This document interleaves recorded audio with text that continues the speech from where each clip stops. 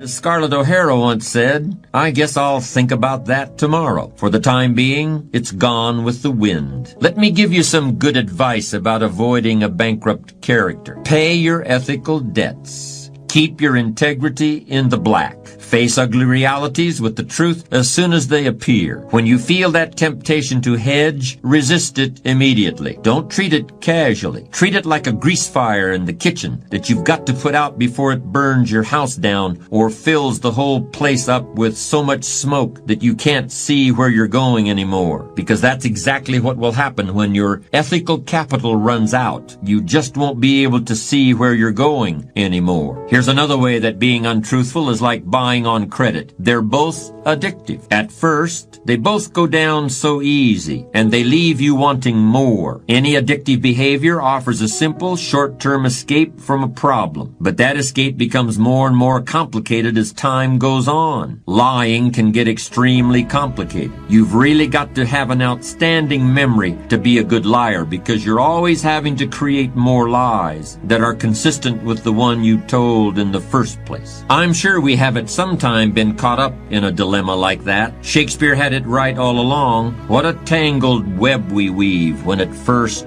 we practice to deceive. Maybe you think I'm being a bit tough here. Am I really saying that in every instance you've got to tell the truth, the whole truth, and nothing but the truth? So if somebody asks me, how are you today? I'm supposed to say, well, I gotta be honest with you, I have a sore finger. Last night I had a headache. And I've got to admit that my foot hurts a little. No, that's not what I mean. In fact, I think there are many times when some flexibility with the whole truth and nothing but the truth is called for, and I'll be discussing those later. Outright lying, however, planned lying, lying with an ulterior motive, lying for personal gain, that kind of lying is definitely something to be avoided. But untruthfulness is so tempting today, and I want to spend a little more time on it. I want to make a clear distinction between what I call foolish lying or silly lying or stupid lying and lying that is downright evil and poisonous to the character. Boasting, bombast, blarney, bragging, these are all the same thing. They're always floating around in the atmosphere, and they can affect you at any time like catching a cold. They're mostly harmless, unless you start building a whole personality around them, which has definitely happened to some people. Some other guy scored the touchdown back in high school, but you're watching the Super Bowl with your neighbor, and you say that you did it. That's pretty harmless. You really don't know Joe, the president of XYZ Corporation. You were just introduced to him one time. But the client you're trying to impress has never even shaken hands with Joe. So here's a chance to score some points. That's pretty harmless too. You're not really the creative director of your ad agency, you're the copywriter. But a woman sitting beside you on the plane to Phoenix will never know the difference. It's harmless. Unless she walks into your office someday, and it's a small world, but you'll chance it. This is all just hot air. This is all going on that old credit card that we were talking about a moment ago. I should mention that there's such a thing as boasting in reverse, too. People who flaunt their frugality, people who poor-mouth, people who are oppressively ostentatious in their lack of ostentation. This is actually becoming a bit more common. Keep an eye out for it. All of this is childish trash talk, and it's usually spontaneous. It comes from succumbing to a moment of social pressure. It's not the kind of behavior that defines strong character, but even strong characters have been known to indulge in it. Ernest Hemingway was a great writer and one of the most powerful personalities of the century, but he could be reckless too. In any case, this kind of bragging and blarney should be distinguished from what I consider real lying. Real lying isn't like putting bills on the credit card. Real lying is like theft.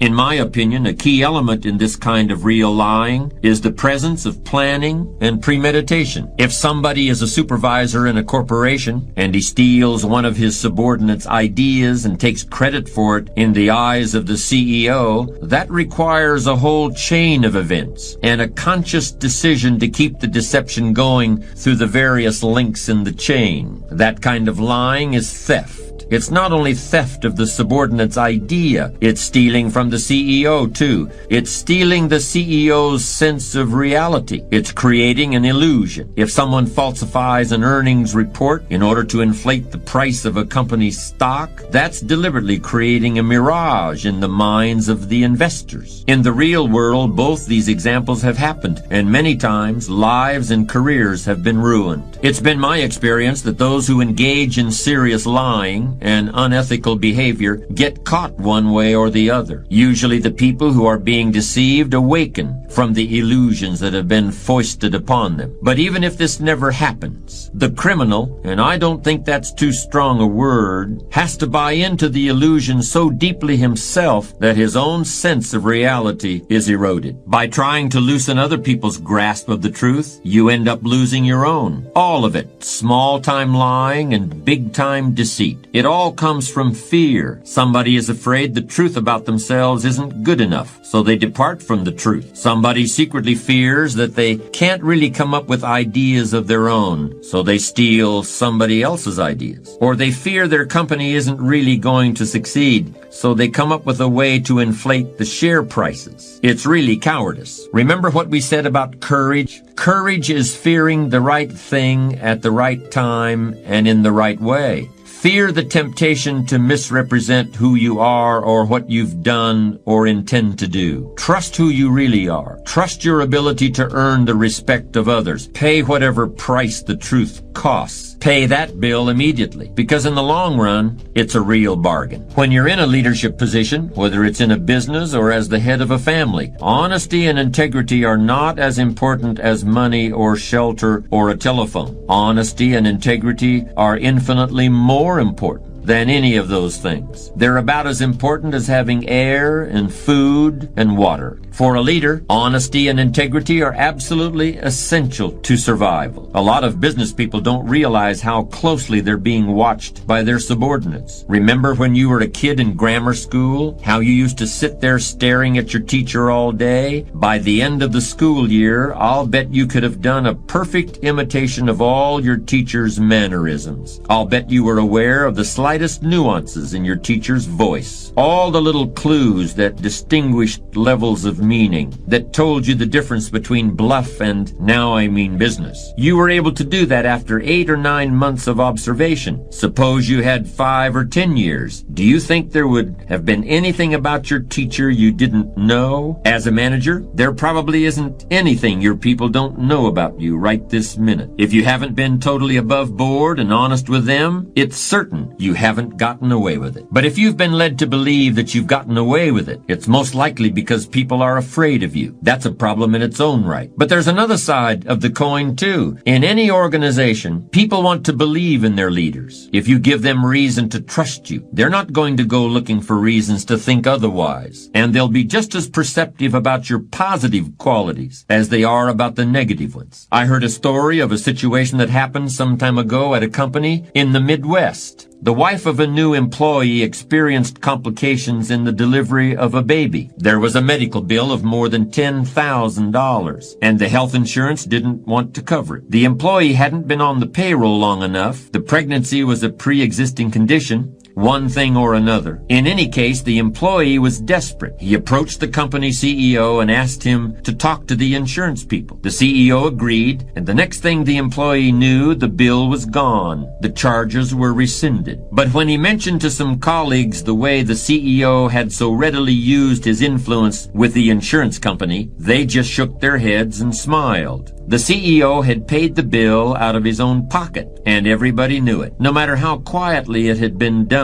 An act of dishonesty can't be hidden, and it will instantly undermine the authority of a leader. But an act of integrity is just as obvious to all concerned. When you're in a leadership position, you have the choice of how you will be seen. But you will be seen one way or the other. Make no mistake about that.